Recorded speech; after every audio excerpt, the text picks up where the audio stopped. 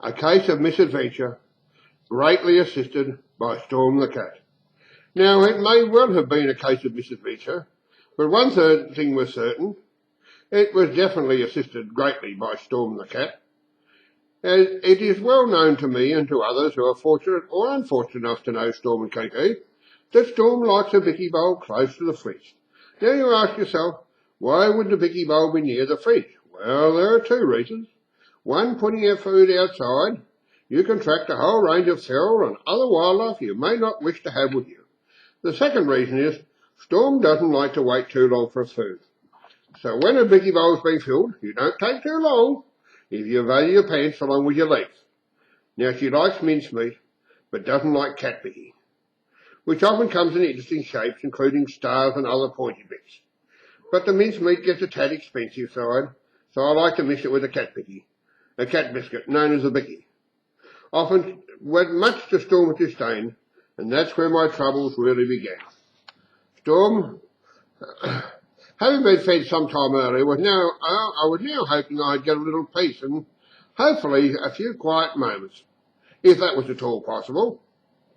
So there I was, rounding the counter to the fridge for some ice and a good stiff black Douglas, when all hell broke loose.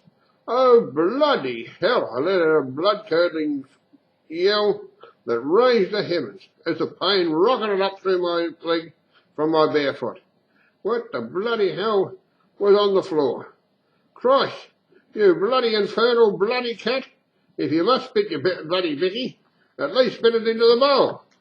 It was like she was setting anti-personnel mines all over the towel.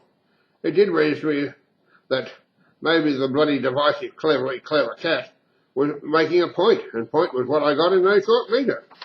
Now, being a somewhat cleverly determined person, I was not going to put up with this. I was going to have the last say and get the upper hand, or so I thought, much to my regret. As I'm sure you know, thinking can be dangerous. It can get you into all sorts of trouble at times. And I just had a brainwave. Oh, God, yes, I would superglue the biggie to the meat. Well, it proved a bit more time-consuming than I imagined. But worth it. It would fix a little wicket. But he was clever, proved even more clever and cunning than I reckoned on, for which I was going to get a very painful reminder. Storm by now was getting very impatient for her meat in her Vicky bowl, as my genes would surely testify to, as I shredded down one leg. But she would have to wait, as I wanted to be totally sure that the superglue was totally dry for a couple of very good reasons. One being, she might get the meat off the Vicky.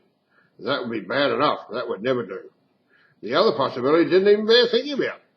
How was I going to explain to the lovely family vet, who so much enjoyed Storm's visits, the Storm managed to get her mouth glued up? I thought the idea was not without appeal, though. Bugger. Not the cost of the vet, or the very expensive soft, bloody food for many weeks. The cat would win. No, we can't have that. Oh, no. So, I struggled for 2.5 hours to make 2 bowls of meat and Vicky. Very time-consuming, gluing meat and Vicky. Christ, a hell of a job. Worth it, knowing I had the problem licked. No more Vicky spitting.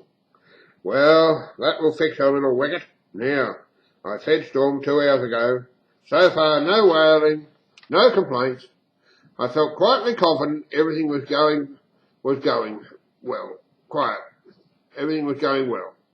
Oh, goody, pace reigns supreme. Oh, goody, goody, goody. Now, safe in the sound knowledge that everything was quiet and proceeding as planned, I headed for the fridge as I felt I'd earned that black Douglas on ice. It had been such a trying day. So there I was, rounding the corner of the beach, when all hell broke loose once more. I thought, oh, God, here we go again. I'm thinking to myself, oh, bugger, I thought we'd solve this problem, as my feet went from under me. Up in the air they went. Down I went, as I landed with a bone-crunching crash that shook the house. I was told later by others in the vicinity they thought it was either a sonic boom or maybe an earthquake.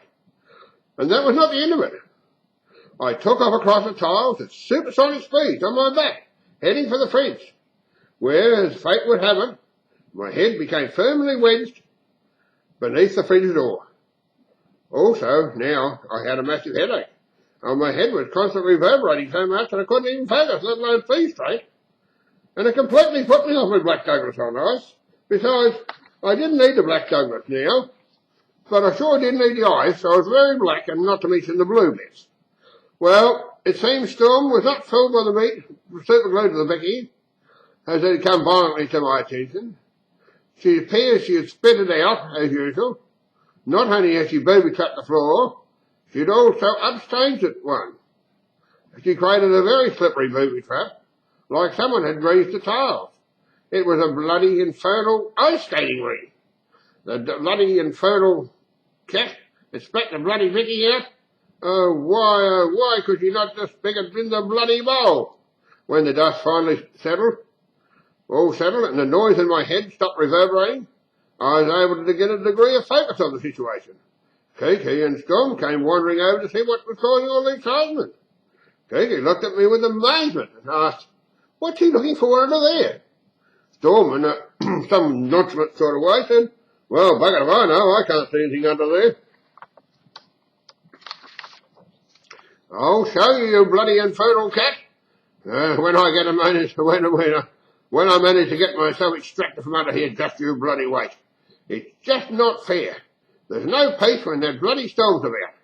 There's no justice. I'm the one that's supposed to win, not the bloody infernal cat. Bloody bugger of a cat."